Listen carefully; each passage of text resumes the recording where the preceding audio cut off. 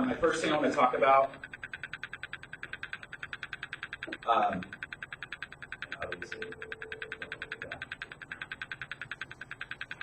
so you might see some emails in here. I'm an open book, so hopefully my friends didn't send me anything. So I use, anyone familiar with Priority Inbox? Anyone using that? Priority Inbox is a new feature in Gmail. And you see how it's categorized, unread, starred, important, and everything else? Priority Inbox does that for you. So all of my unread emails are always at the top in there instead of being all the way throughout my inbox somewhere. So if I turn off Priority Inbox, and to do that you go to the gear, almost every setting in Google starts at the gear. So you can't figure out how to do something or how to change something, go to the gear. In every app, there's a gear. So settings, and so under your inbox in settings, you can choose Priority Inbox. And so I have options as far as what I want to do here, but I'm going to turn off Priority Inbox and show you what my inbox looks like. I'm going to save those changes.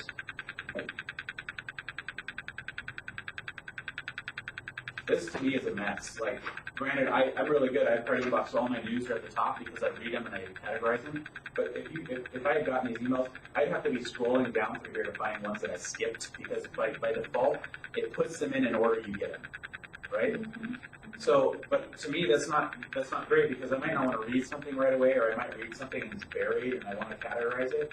Because we're in an age where we get every morning I have 200 and some emails I go through, and so I kind of have to use, and I hate having to do it. I kind of have to use my inbox as a task list to some degree, but it doesn't. You forget things because all of a sudden it's the second page or the third page, and you're like, I was going to get to that, but you don't see it, right? So it's out of sight, out of mind. You forget about it, and then you look like a flake. And so Priority Inbox helps kind of alleviate that. So if you go to Settings and Inbox,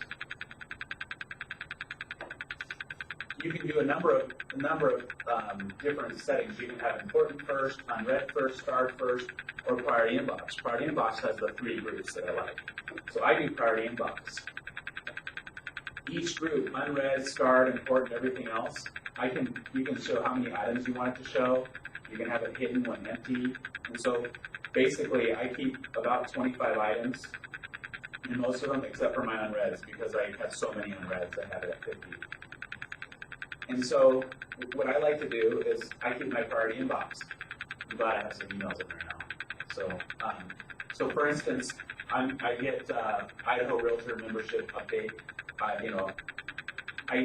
can read that, and what I'll sometimes do if it's a task, I'll just and to me I use starred as tasks, things I got to get done today. So this, and some of them are from a couple days ago, but they're things I'm working on. So I keep this as kind of a running list of things that I need to always be looking at. And I try not to get more than 10 or 15 in there because I'm usually pretty busy doing stuff. But so what I like to do is what I like to do is keep all my start in there, and then important things are things that I need to kind of keep an eye on this week.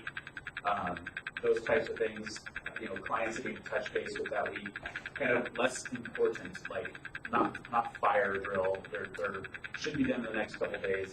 And then everything else is kind of like Northern Tool. Like I was looking at generators in Northern Tool, and I needed a forwarding address for a client. And there's a lady in April that wanted me to keep an eye on a house, so I just check on that every week or so, and I check to see if the house is for sale and stuff like that. So Idaho Realtors comes in, and I'm reading it, I'm like, oh, there's a task here, or I want to read it later. I might flag it as important. And then when I go back to my inbox, it will be under, it might take a second to update, but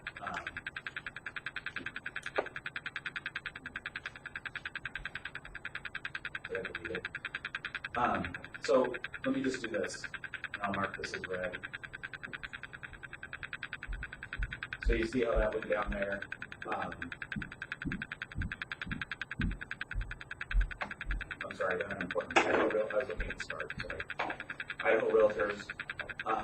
So these two showed up in my important, so they'll stay there. What I like about it is I can focus now. Like, you know how they're saying the one thing, focus and don't multitask, try and stay on track. So when I'm really wanting to hammer out my tasks, I just collapse all these and even my news, and I won't see a new email come in. They say if you've read the one thing, if you have a sound that notifies you when you get an email, it can take up to 60 to 70 seconds to refocus your brain after you've heard that little sound that you've had an email. Because what do you think? Oh, I wonder if that's an offer. I wonder what that is. I wonder, and the curiosity takes you off your focus. And so what I do is I collapse my unreads, and I'll sit here and I'll just work on the screen. And these are the things I've decided I wanted to get done today. And so I don't read any more emails. I don't look at any more important things. The only thing I have for a distraction is that I'm always available for my team here when they need to IM me, so you can shoot me a quick message. But other than that, that's the only thing I will divide my attention off of if there's a pressing issue that needs to be addressed with. Other than that, I'll continue addressing my tasks. Does that make sense to everyone? It seems really simple, but a lot of people, did anyone know this was available? What I really like about it is it takes an inbox to a level to where I can feel like I can manage it without being stressed out. But if I have, I don't know, I probably have 100 or so emails in there. If I had to continuously scroll and scan through that to figure out what I needed to do next, it would be too time consuming. It would be stressful, and there's a really good opportunity that I would pick the wrong thing to do. Because in the morning, my first thing is, this morning you see that I put some stuff in here. I didn't write notes to myself and flag it as important and start, because then it's kind of like a little thing I gotta get done. No, and there's an email string going back and forth. And back and forth, that's the one thing that I hated about Gmail, is there would be like an email string, and that would kind of get buried down, and they might respond to that, back and forth stuff. And I didn't know they responded to me because it got buried so deep. So that will bring it up to the unreads. So who else has had that problem? It's called threaded discussion. Mm-hmm. You can turn that off. And that's something I turn off whenever I set up a new account for my team. Let me just tangent here. It's in the inbox settings. It might have moved. I always have to find it again. Conversation.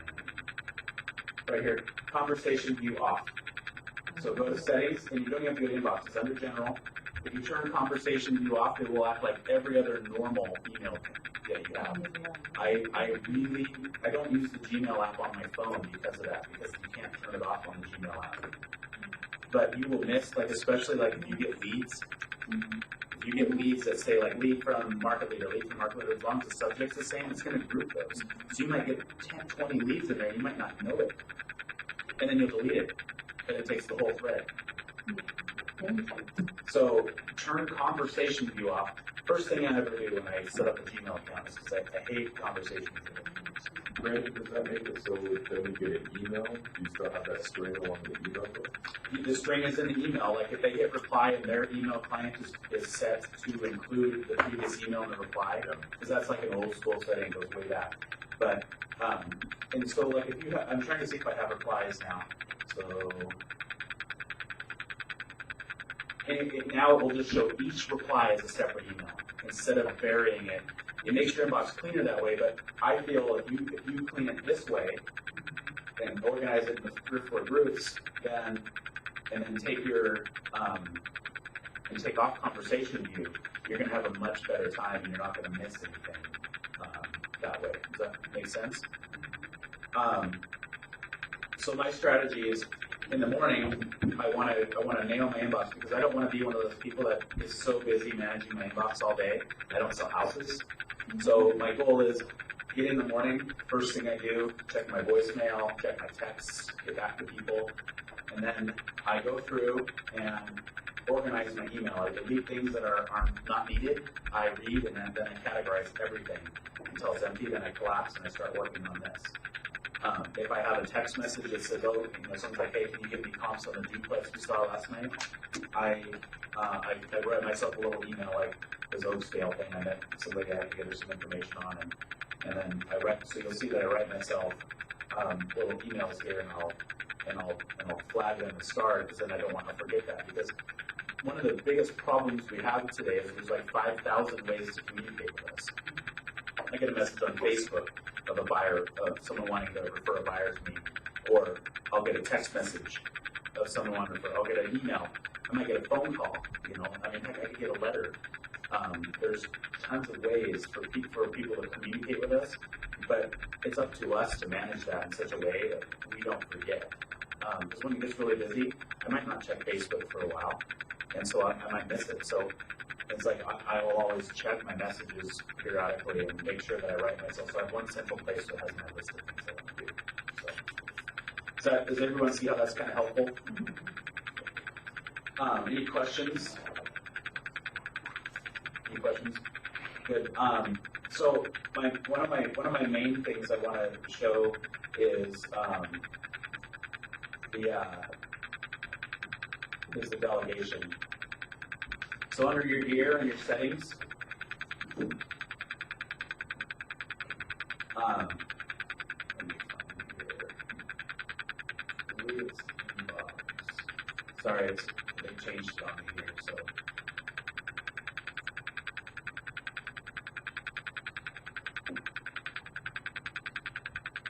Here it is. So under gear and accounts, down here you can grant access to your account. And all you have to do is add another account. I type in their email address, and they get a little welcome email that says, hey, Brandon wants to share his email account with you. And then I can at any time turn that off. So I would type in the email address, goes in next step. They have to accept it. You can't just give it to them and it's open. They have to accept it because it kind of makes them accept some terms and lets them know that when they're logged in and as a delegate, they can send and receive emails as you. I mean, so you don't want to just give it to anyone. But for us, for when I set up a new agent, when I'm setting up their email, I always set myself up as a delegate now, because I own the email account. It's my business. It's just like if you worked at Safeway or something and they can access your computer. And I don't check it all the time. I don't pry on anything, but if I get a report from a client that someone's not being responsive or I'm not getting that, I might go check and make sure they don't have 5,000 emails in there and they're not responding appropriately. Because at that point, to keep my quality of service up, I need to take action, and do that. So, and so that gives me the opportunity just to do that. So, for instance, and once you've added it in there, like I sent it to my wife, but apparently she didn't want it into my inbox, so she just let it expire. She deleted it, I guess. So I think she trusts that Lene will handle everything for me. But you can add quite a few people. I've never hit a limit. I've had to put 3 or 4 people in there at a time. So once that's done, you go up here. I don't know if you don't have a picture up there, you'll have like maybe an icon with your initials. But you can click on your account button, and you can see Lene has delegated her inbox to me. So it has her picture and her email account. I clicked on that. It opens up a whole new tab, so you can actually go between tabs here. And so I'll have Lene's inbox here in just a minute. So, sorry, I need to. Brandon, do you have to have a team account in order to do it? No, you should be able to delegate to anyone with Gmail. So I can get in here, so like if Lene's gone, like when Lene takes a vacation, we let her take one every 2 years. When that happens, I can pop in there and I have a tab open with her account open all day, and I can watch how many emails are in there. I can make sure that she doesn't have anything waiting or anything that I need to do. And so then I'll just watch it for her. And she does the same for me. She keeps the tab open all day when I'm gone, like if I'm not showing houses or I'm taking a vacation when we go for a week. She has my inbox, she handles everything. She even writes back to me, and she put a little note at the bottom that says, this is Lene, Brandon's assistant, responding for him while he's away. And then there are certain cases when she just writes back as me and she knows when we're keeping that up. But for a lot of people, like especially new clients and stuff, we'll tell them that she's responding, and we just handle that however you want to handle it. I don't put a vacation responder because I know I've got it covered and I have a delegate. So even if you're an individual agent and you need to have someone watch your email for a little while, you can delegate it. And then that way, you know that a lead won't get missed. You know that someone can sit there and go through your active email. You can respond, and then all you have to do is when you get back is I just read through my sent email and see what happened. And I get caught up in like an hour because I read all the sent emails for the week I was gone. And I know what happened, and then I kind of have a manifest of activities. So, to me, if you know, it's important because you don't really want to have to stay connected, right? When you're on your vacation, like I don't want to feel like I'm tied to my phone. I want to be able to, you know, if I go to a destination, I want to be able to enjoy that while I'm there. You know, Gary Keller says wherever you are, be there. So you want to make sure that you can take your focus off your business long enough to recharge. And so that's something I'm learning. It's taken years to do that, but with this kind of setup in the phone, I can actually leave my phone with Renee when I leave on vacation. So I can be completely connected, which my wife really enjoys because I'm not like this all day and I have to, you know, hold her hand and things like that. So that's pretty cool. So this is a great setup on here. I want to change gears unless anyone has any email related questions. I'm just trying to highlight some things that I think might change the game for some people. Because a lot of you, some of you in here, but a lot of people in the office come to me with questions, and as I help them, I see that, boy, if they really do this would probably be a game changer. So, but that's it. So if you don't have any more questions, you'll see that I'm using 85 gigabytes of space, which on there, and I'm going to show you why in a second. But with Gmail comes Drive, and Drive is a storage. Does anyone use Drive? Everyone probably uses Dropbox. Anyone use Dropbox? So I switched over about 3 years ago from Dropbox to Drive because I wanted to completely integrate it. I didn't want to have 5 different accounts with people that did the products that didn't talk. So I moved everything to Drive.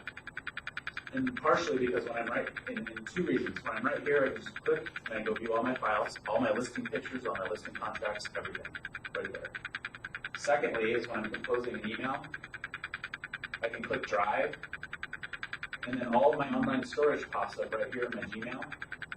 And let's say I'm going to send, let's just send a listing photo.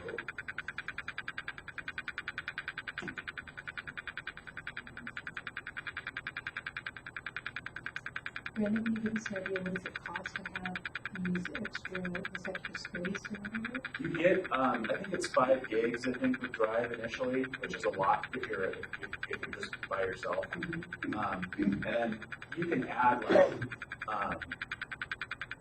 20 or 50 gigs for less than $20 a month.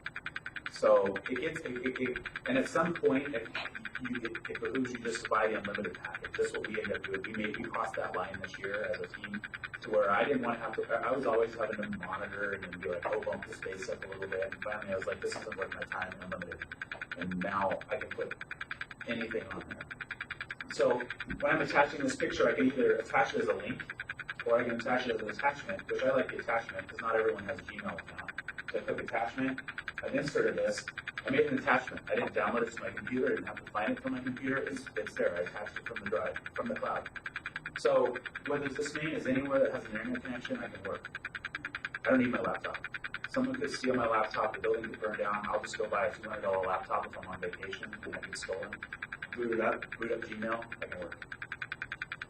So that's I can attach it from anywhere. So that's why I like Drive. I love Dropbox too because it has some great features.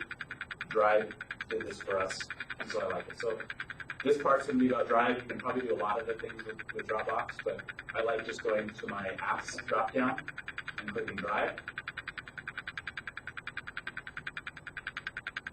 All of this works the best, I think, with the Chrome browser, just because Google won't run. Okay. So I have my Drive, and so we keep all sorts of stuff in here, and a lot of these things I have shared. So some of these folders, like the purchases folder and our listings folder, are shared with the team. So like anytime, like for instance, if the team were to take a floor call, and if they were to take a floor call, and someone wanted additional pictures, they can just pop in there and grab pictures, attach them, and they don't have to bug Renee. So this is why we keep Renee focused on things that are really important for her, not sending pictures. So all of our listings are in there. Let me just part of our checklist is that we make a listing folder based on the address, and then we keep the contract in there.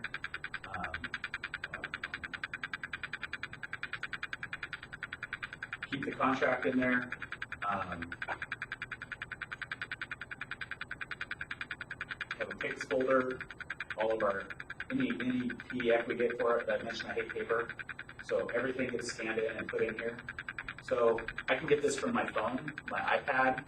I get this. I can attach any of these files anywhere to an email from my computer without downloading them. So I've got everything here. The title report usually we'll have in there. Get the title report. So we've got everything we need. So I get a call and I could be at a neighbor's house or a friend's house having dinner and I get a call about this listing. And it's something I should probably deal with right now. And because it's going to be a Thursday evening and we're trying to get an offer put together. I'll just boot up their computer, log into my Gmail, pull up the title report, and I've got the title report. I don't have to frantically call anyone. I don't have to do anything. I can handle all that. So we operate out of here. We don't store anything on our computers. I don't have to worry about backups. I don't have to do any of that. So that's a big reason why we use this platform. Some tips and tricks.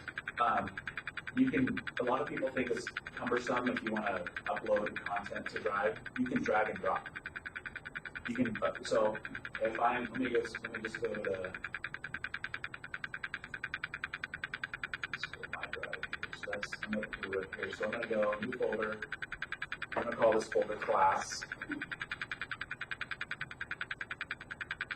So I'm going to open this.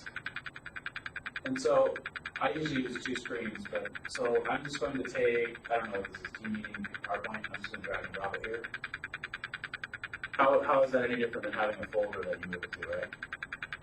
So now my file's in the cloud.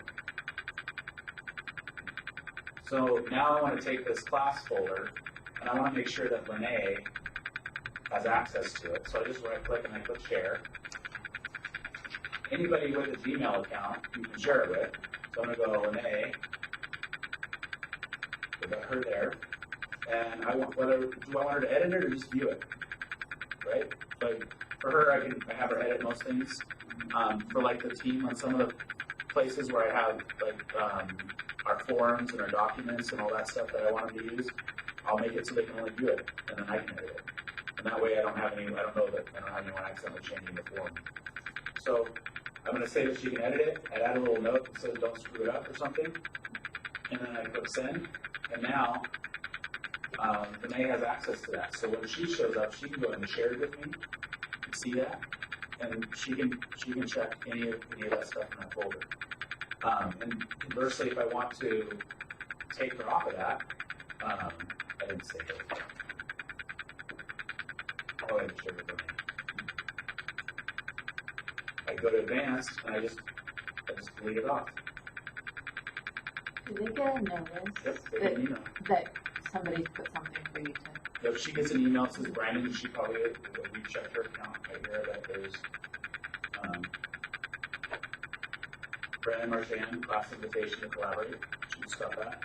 So, and this is part of delegation and you just don't want her to bother with it, so delete it. So we got that. So the other thing is like how many times have you taken pictures of a property?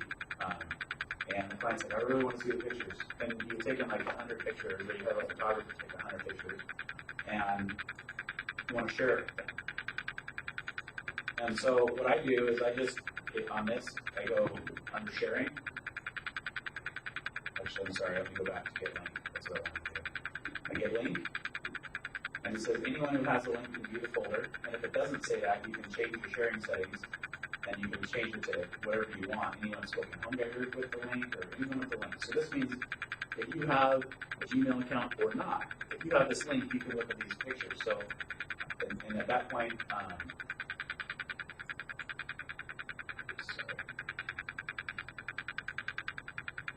anyone with the link, save. And then I'm going to copy this.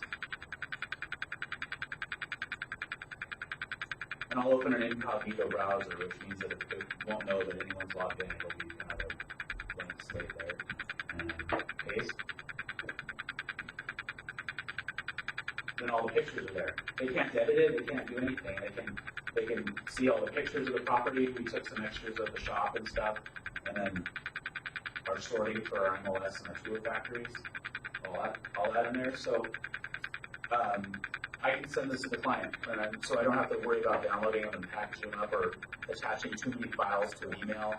I can put a copy of their contracts in there. I can have a client folder. I can share them the link anytime they want. They can go get any of their files, and then all that's included. They don't have to have an account or anything. So I share a lot of things by link. What's really nice is the iPhone app and probably the Droid app. I can just grab, like, someone's like, oh, can you send me the pictures on Portland? I go on my phone, I'm out and about, I text them the link, they click on it, they can see the photos on their phone. I didn't have to do anything crazy other than just go to the app and get the link and send it to them. And so what I like is I can have everything in one central place, I can share it easily and with very little effort. So, So does it come out of the size? Or, I mean, so you could do a video, you could do anything? Yeah, I have videos in there. I have 200 and 300 megabyte videos in there that I've taken that I share with people. And I just tell them, I said, you might not want to watch this on your data plan. You might want to find a computer to watch this. And when you watch the video, you click on it, it opens up a little YouTube type player and plays the video. Are they able to download this? So if you send me this link, can I download this picture? Yes, so they can click on this and download it. Yeah. And then if you send me that link, can I forward that link to somebody else, or that link's to be active? Anyone with the link. Yeah.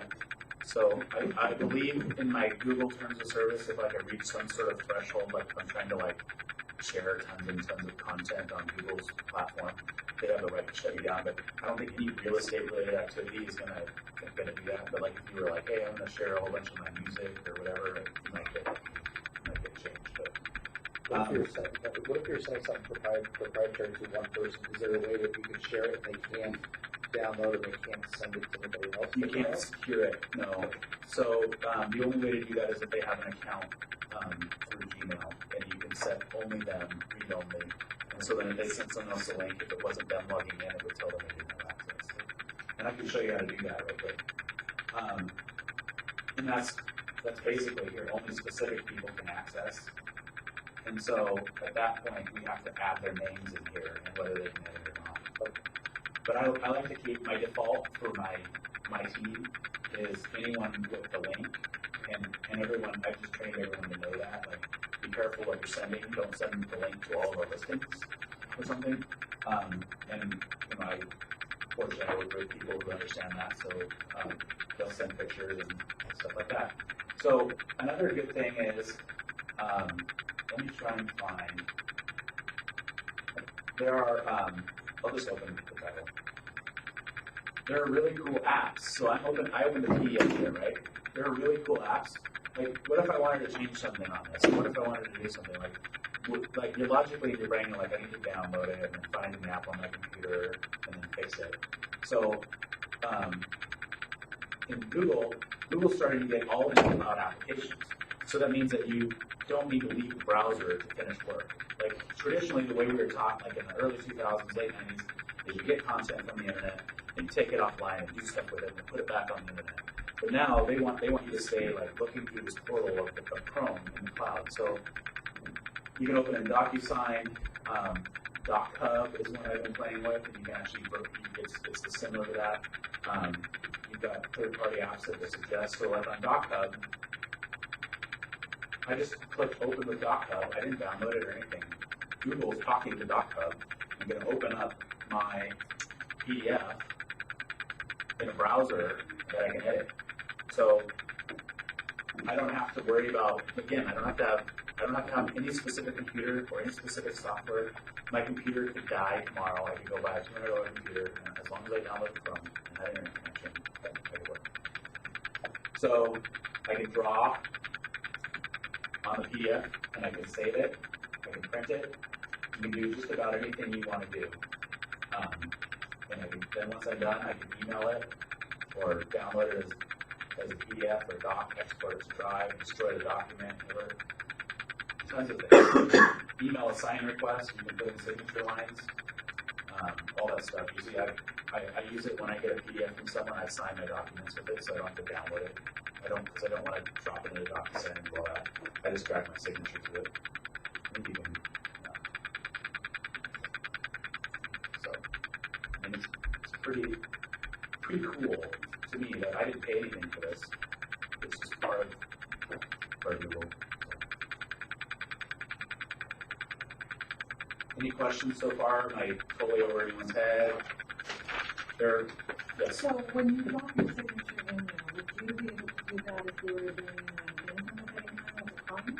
Yeah, or you know what I use that for all the time is when I get those third-party things from the banks. Authorization From you know, when you do an FHA thing, so you're not mandatory disclosures. Because what happens is I get a PDF when you get a PDF, hopefully I have a PDF in here I can open. Without showing you one of my offers. So, let's just do this.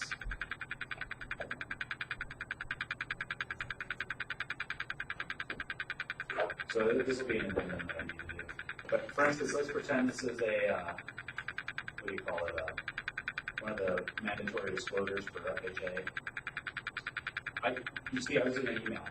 Attachment, this 509 property sent me this attachment, and pretend, let's say that it's one of those disclosures from FHA that everybody will have to sign every time we do a deal. Open it. It opened in the viewer for Google, and then I go open with DocHub. I still haven't downloaded it, right?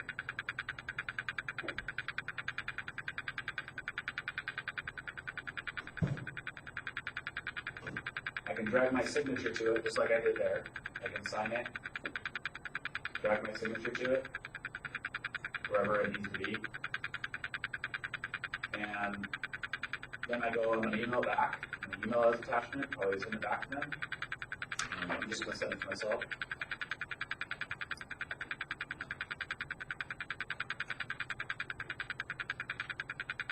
Send. Perfect.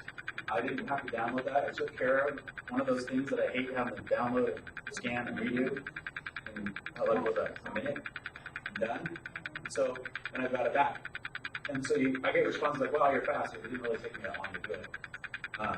Sign form. So, to me, like, something that a person would have to take and what most people do, I think, is print it, sign it, scan it, send it back. Because they don't like electronic signatures. But I scanned my signature, I can drop it, and they can't tell the difference. Because it's emailed anyways, and print off it. So how did you get your signature in there? Drop it? So, yeah, I'll show you that real quick here. So let's just, let me just find a PDF that, I'll just reopen that one.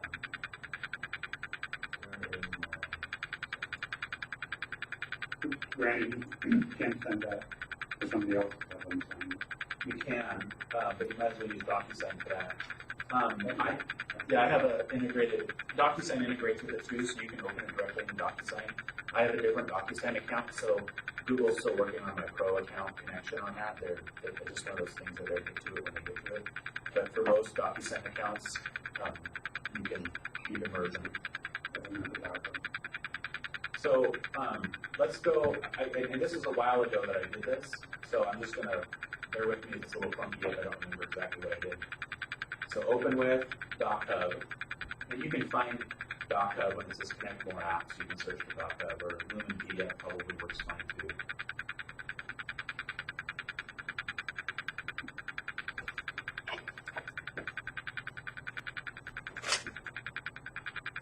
See?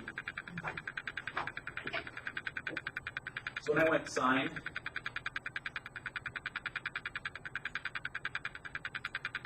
create signature, and so you can either do your phone, take a picture of it with your phone, and it will text you some sort of link. I didn't do that. That actually wasn't available. I had draw, upload, and type, but I uploaded an image. So what I did is those copiers, the scanners, you can set the color scanning. Drew my signature in nice blue ink because the banks are always like, oh, they think it's electronic.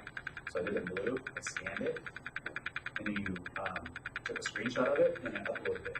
Choose file and uploaded it from my computer. You can draw it too if you want to just make it look really third grade. And I can say that. But that's kind of a telltale sign that I was probably not a real signature. So we could have multiple signatures set up then? Yeah, yeah. But yeah, so you can have multiple signatures set up. This is just a free tool called DocHub. It integrates with Google. You actually I signed up through Google. It's free. When I had a PDF, just click open with and do that. So what I do is that way I can turn a task around like that in quick seconds. They're not waiting for me. Because forever, I just didn't like.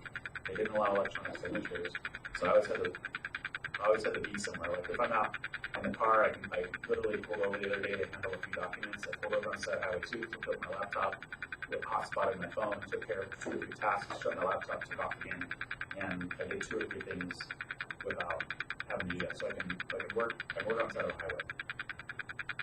Is everyone with this? Does that allow you to, I thought you should go DocuSign because it's a secure document, you can't make any edits to it or anything like that. Can you do that on DocHub? You should be able to. So you're talking about maybe like zip forms, right? Just when I get a DocuSign back, I can't just, when I download it, I can't type into it unless it has a secure signature on it, like I have to print it out or do something different. We'll have to try that. It may have the same thresholds, because essentially what they did is they basically built a web-based PDF reader that outputs to the browser, and so it might use the same stuff. So you'll have to play with that. Any questions about Drive? Any problems we can any other problems we can solve? Or part of the Google Drive. So I'm going to move on to the next part of the Google Drive suite is docs, sheets, and slides. Only because the Microsoft Word, Excel, and PowerPoint were taken. But Google's simplified version is docs, sheets, and slides. So I'm going to do like a quick brief tutorial on these because several reasons. I hate paper, and I normally have, and I still have the spiral book, like I call it my brain book. So when I'm talking on the phone, I keep it because I'll always like I don't know if you remember, 2 days later you remember like we talked to somebody about, and you're like crap, and then I need their number and then call back and make up an excuse. So what I do a lot of times, as you can see, like Google Class, hey, like I got notes. I read it this morning at 9:52 and printed it off, but I put it here. I could open it up on my phone. I could type notes because I thought about things I wanted to talk about today, and it updates here. But it's just like work. I have my wife and I are really busy, so we like to prep a lot of our food like on a weekend. So we cook it during the week, so I don't have to eat senior froggies every night. And we share that. So if she thinks of something she wants to do, I keep a thing that because like for whatever reason in some of the neighborhoods that I list houses in, people like to park cars that don't belong to the people listing the house on the lawn or something. So I've got help wanted things. I've got all basically this is like my documents in Microsoft. I've got our letterheads that I've made, things I want to grow in my garden, my CMA right there, letters I've had to write for clients, notes, and those are untitled notes, jury duty letter to get out of jury duty. I mean everything, just like my document. So what's really neat about this is I can click in the bottom right-hand corner, that little red button, create a document. Does not look like Microsoft Word or what? Like, it's loaded still. So it's loaded. You simply click here, and I'm going to say class. There, I've named my file, it's saved.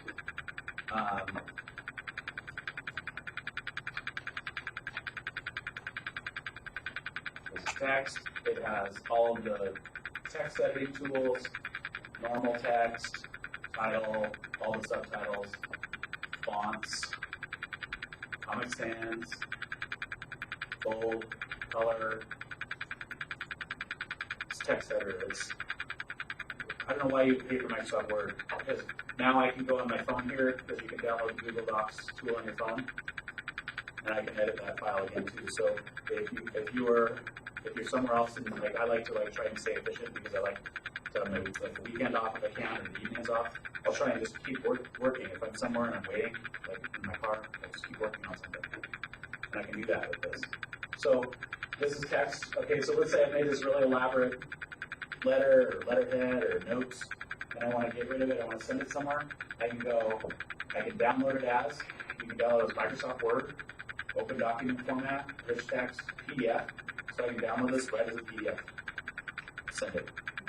So what I do a lot of times is I'll build, like sometimes when the 34 doesn't work and you have, like sometimes I need to have 3 or 4 people sign, like I have an estate that has 5 people on it, and I had to kind of make an addendum to my listing agreement to make 5 signature lines, and I just said sellers are these 5 people, and I made 5 lines and download as a PDF.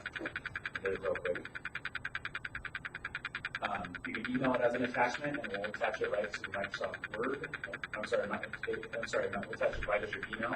So you got PDF, I can send it with any of these formats. Like, so what I had to write a letter for a CMA for another estate, and I had to write it, so they had to turn it in with their estate documents, and I had to say, my opinion, the value on this property is blank. My opinion, the value on this property is blank.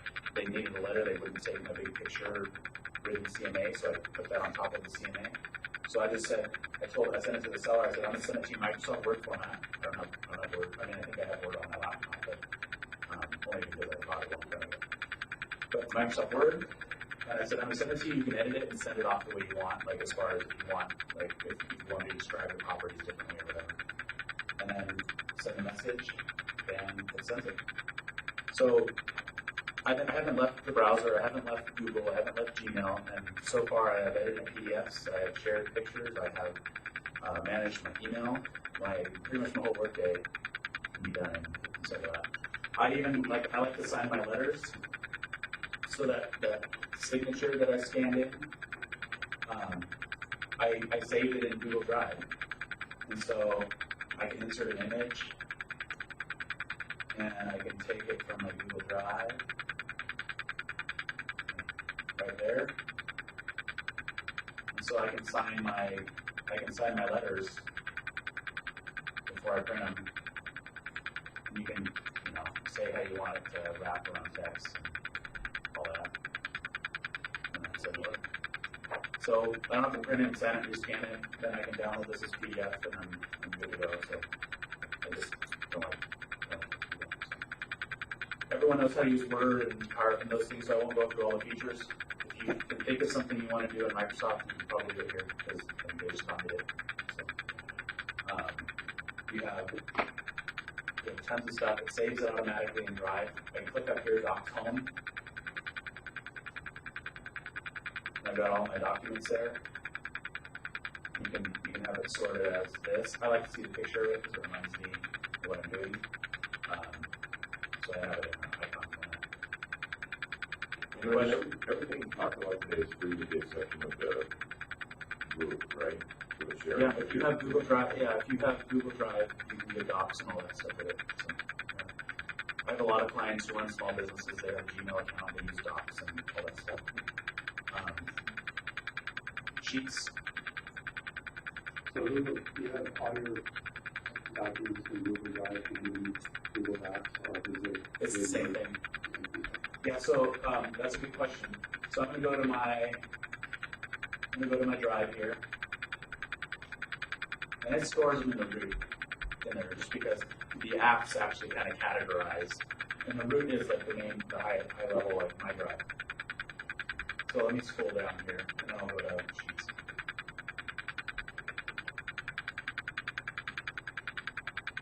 So you can see all my docs here and my spreadsheets that I made, all that stuff. They're all here. That was a technology class I taught. I did a PowerPoint in Google, so it stores it all there. Jury duty letter.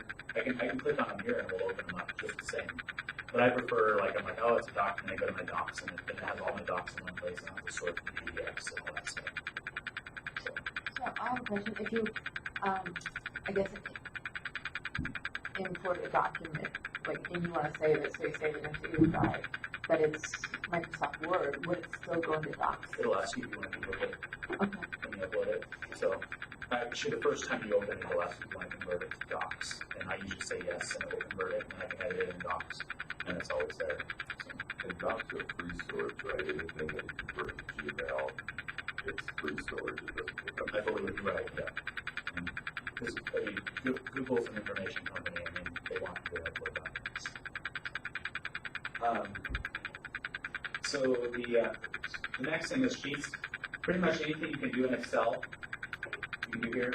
So I made an estimated net proceeds sheet in Google Drive. So I just, when I'm on the phone, if I'm anywhere, I open this up, and I'll take I'll say class.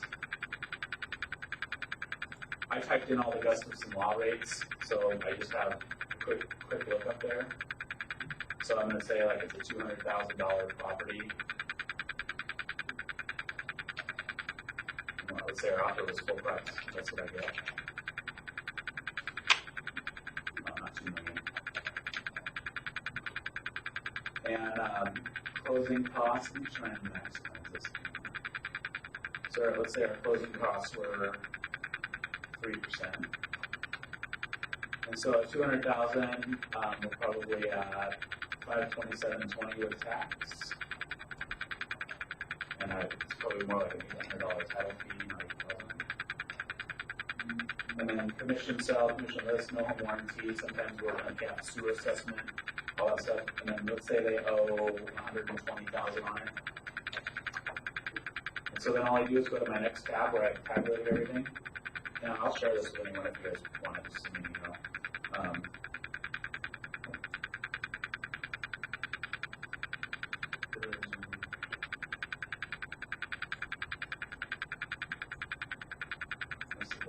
Let me go to another one.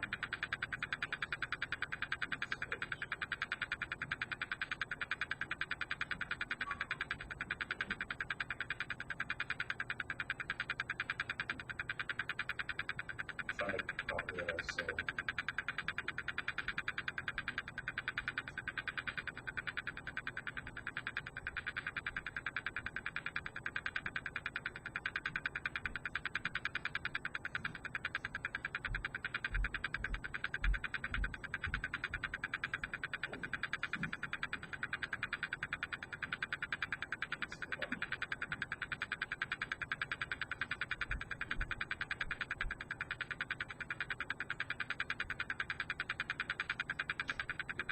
It's interesting that it's not. There it is. So it prints off the report that I just downloaded as a PDF and I send it to people. So when I'm done with it, I just type in the stuff and I go send as attachment. I type in their email address, send them an estimated net proceeds that way. So it's really cool to have that all set up in there, and it's easy to build a formula. So basically, just like I have all my Word documents, I've got all my Excel spreadsheets. I've got this. You can put. I guess it just takes a little while to load.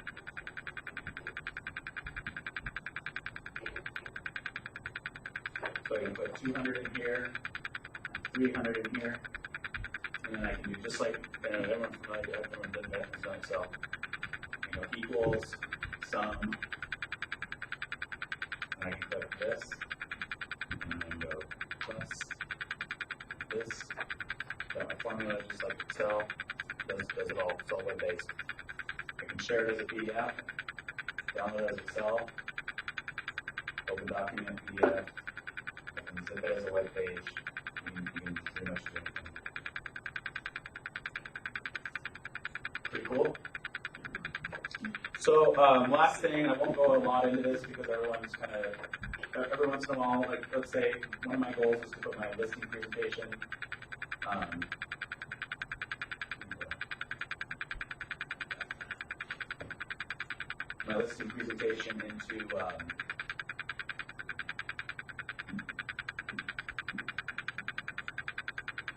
into in the Google Drive. So I'm going to do probably it on PowerPoint, so just pull it up anywhere, edit it anywhere, share it with all my agents, share it with the client if I need to. But I've got slides, all the PowerPoints that you have in there, you can just basically make the whole,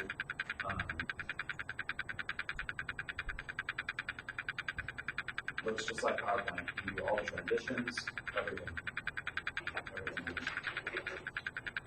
Any questions?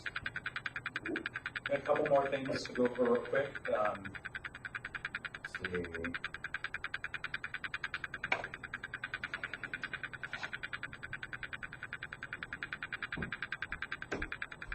The last thing I guess I didn't go over when I was in here was I pull up a doc when I'm on the phone, and I keep my notes on there and go easy because then I won't always leave my paper on there.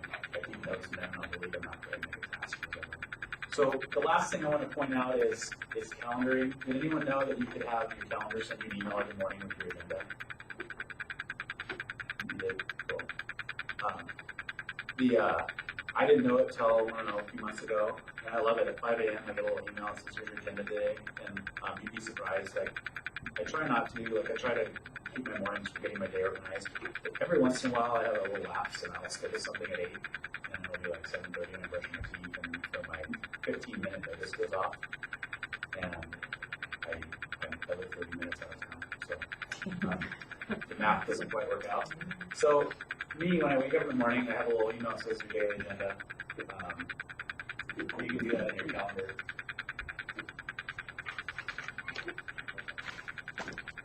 So I kind of live in my calendar. Everything I do, obviously this is what I'm doing right now, I'm teaching individuals class. I build other calendars. I have access to Lene, we can share calendars just like you can delegate your inbox. So I can see, right now I've got Lene in yellow on here. I can take her on and off. Stuff that she's doing, so I can tell what she's doing that day, like she's going to a listing for us and stuff like that. We have a Spokane home calendar in green, which has our closings and our inspection timelines that she keeps on there.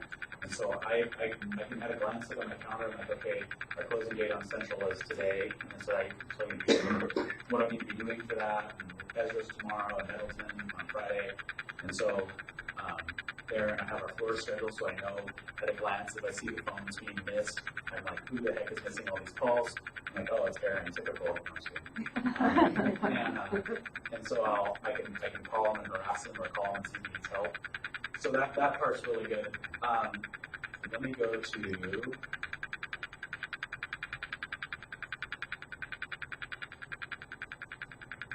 so in the settings you can have a whole bunch of different stuff in there. My default views a week, and then default event duration 60 minutes. I need to find my calendars there. So basically, everyone that shared a calendar with me, I can turn them on and off so that they show up in there on here, so that I can edit notifications. Because what really kind of isn't really great is like if my wife shares a calendar with me, she has a bunch of her work stuff on there, and then I get notifications for it all the time. So I like to turn those off. So that's where you can turn what you want to hear. So I don't get any notifications on any of her stuff. And so you can basically play with these. I need to get back and find my thing. Just bear with me 1 second.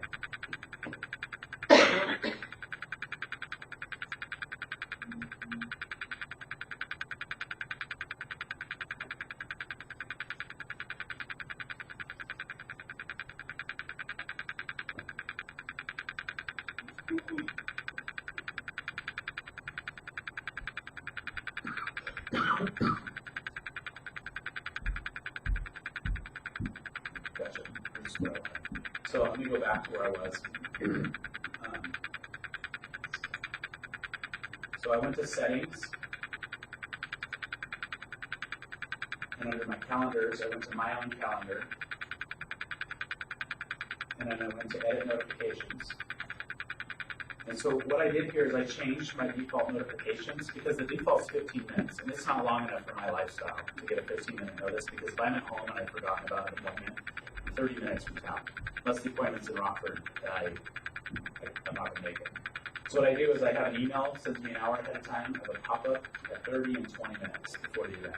So because sometimes you'll see your pop-up and you'll just get out of it because you're in the middle of something, so I get 2 appointments. So for me, I know that if I'm 20 minutes out, I'll probably be a few minutes late still.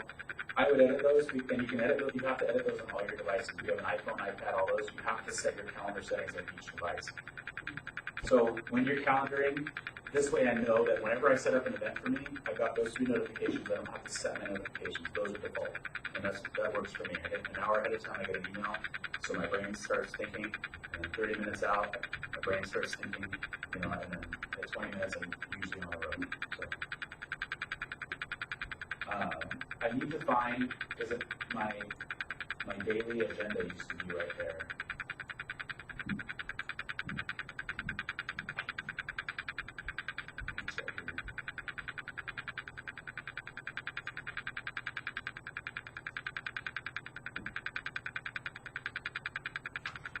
Sorry, I didn't know this. I didn't know how to do it, so.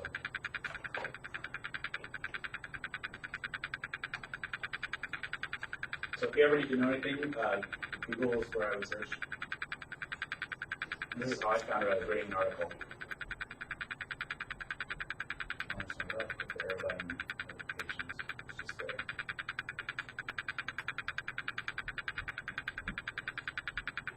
So here, notifications.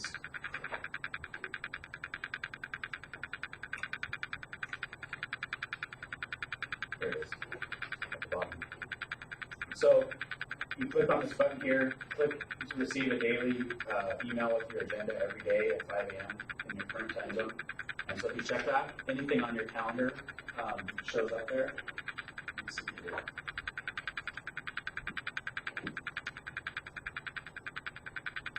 Google Calendar, daily agenda for Brandon Marchand. Basically shows your calendar for that day. Just really, I like it. It saves my butt a lot.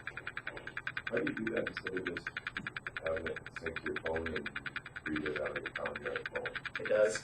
I just sometimes wake up in the morning and start going on autopilot and don't look at my phone. So, all day I do.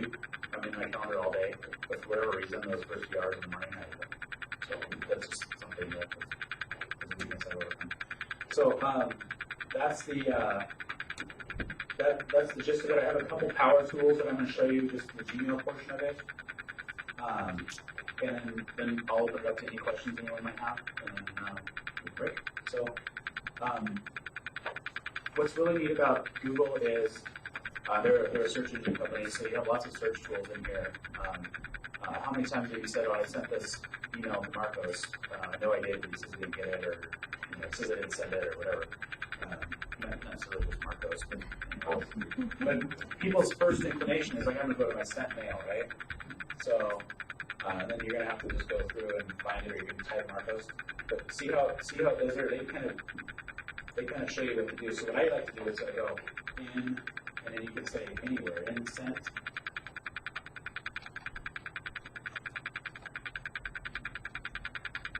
In sent, and then I can pick that, and then I can go Marcos. Hopefully Marcos doesn't send anything bad. And it will send everything that I've sent Marcos ever to that email address. Or if I want to say, oh, it was on the 28th, you can actually click this drop down, and I could say within 1 day of the 28th, or 1 week, or 3 weeks, or 1 week, and you can say nothing. We have not been talking as much as we used to. So that way you can broaden it down. So a lot of times I'm like, well, I know I sent you that addendum. I know I sent that person that addendum. I know I did this. It was on this day. I have a text message that said I just sent it to you. It was on the 28th. So I'll type in sent Marcos, and you can actually start drilling it down there. So it's in there. It's saved in there. You just have to know how to find it because it's sometimes extremely difficult. The other thing I would say is if you get a certain amount of storage with Google, and it's worth paying the money to upgrade it. If you delete a message, they clean out your deleted items like every 30 to 45 days. That message is gone forever. So there's 2 ways to do it, and if you save every message, you'll use a bunch of space, which is fine because to me, the convenience of having is worth a small fee to have forever. And so you can either file it, so like I've done names and I'll drag them and you can drag and drop in these folders and file them. And if you don't want to do that, if you don't want to be that organized, and my trick is always have the last word. Because your sent messages are never deleted. If someone's like, I'm going to send it to you Friday, thanks. And you're like, okay, and you're like, thanks. So I will always have the last word in an email conversation because I want to save it all, because at the very least, if I'm not filing it somewhere, it's saved in my sent items. And so if you always have the last word, it's saving the thread, it's saving the conversation, it's always there. And so, but if I said, and you sent me something important and I deleted it and didn't respond to you, it would be gone in 30 days and I'd search for it and I can never find it and I have to ask you for it. But if I say thank you, and it doesn't work if you have an attachment, you have to forward it to yourself or do something like that if you want to keep an attachment. But, yeah, so those are just a few tips and tricks. It's kind of an oddball class, but I came up with it just because I thought maybe some people might get a few things out of it, just real helpful. So if you have any questions, my office is right across from the bathroom. I'm hoping in the new office that it's not across from the bathroom. You can find me across from the men's bathroom. Just follow your nose. If you have any questions, just let me know. I think, Brandon, so how many emails do you have in your inbox? Would you say, is it like 3,000 or is it like 50? Less than 100. And then what do you do after you take care of the task? So I figure once they're read, you do something with them. How do you organize and file those away? So for my current customers, I make a folder under a keep. I keep a keep subfolder, and then I have keep, and I have current customers in here. So you'll see that I have customers that I've been working with for a while. And so if they email me, I can grab 2 or 3 emails, and you can literally drag and drop them into a folder. And so I do that. I flag them that way when I did them. There are tasks in there. I don't use them very much because I don't like them. But you're welcome to play around with them. You can see that I put stuff in there. It's been like a year or 2 years since I used it. I liked it, but to me, I just would rather this priority inbox was so much better. So you see, I've got 14 there, 15 there, so there's 29. You have 29, 39, 48, and then 3, 51 emails. Normally, by the end of the day, I'll usually have 12, 13 emails. I feel I cringe when I see inboxes with 10,000 emails in them because you know you're missing things. You can't tell me that you're organized enough to know that you're not missing something in there. And so an email should always be either a calendar event, saved for a task, or filed away, because that's like your central of everything coming in there. It's like you can't tell me that you're not missing something if there's 10,000 emails in there. What do you do with your creative compact folders over there on the side? You create all those folders and you close the deal. How long do you keep those? Do you file those someplace else? What do you do with those? I just moved this folder to another old folder, Like archives or something? Yeah, so I've never met, well, I guess it'd be under here. And under labels. And this is where you can basically change all of your, I can hide it, I can show it, I can remove it, you can edit it. I can change where it's nested. See, this one's nested under old. And if it were current, it would be nested under keep. That's just my strategy. So I eventually move them to old. And I don't do that like right away. I don't like the process because I'd rather spend my time doing other things. But like once or twice a year, when it reaches a critical mass and starts driving nuts, there's so many people over there in that folder, I'll spend like an hour and just clean it all up real nice and open for it. There's so many little things you can do. I mean, themes and filters and account. I mean, I didn't even scratch the surface really. this question might not make sense, but sometimes I try to drag it into a folder on the left, and it will assign it as like a tag, and it will say like, you know, Allison Oliver, but it stays in the inbox, and this is out, and it's just tagged Allison Oliver, and I don't have it. Because you flagged it instead of moved it to the, and there's a setting, and I'll have to look at yours, because there's a setting that you can do, sometimes it's on, that it will only flag them, and then, you'll have to set it to move.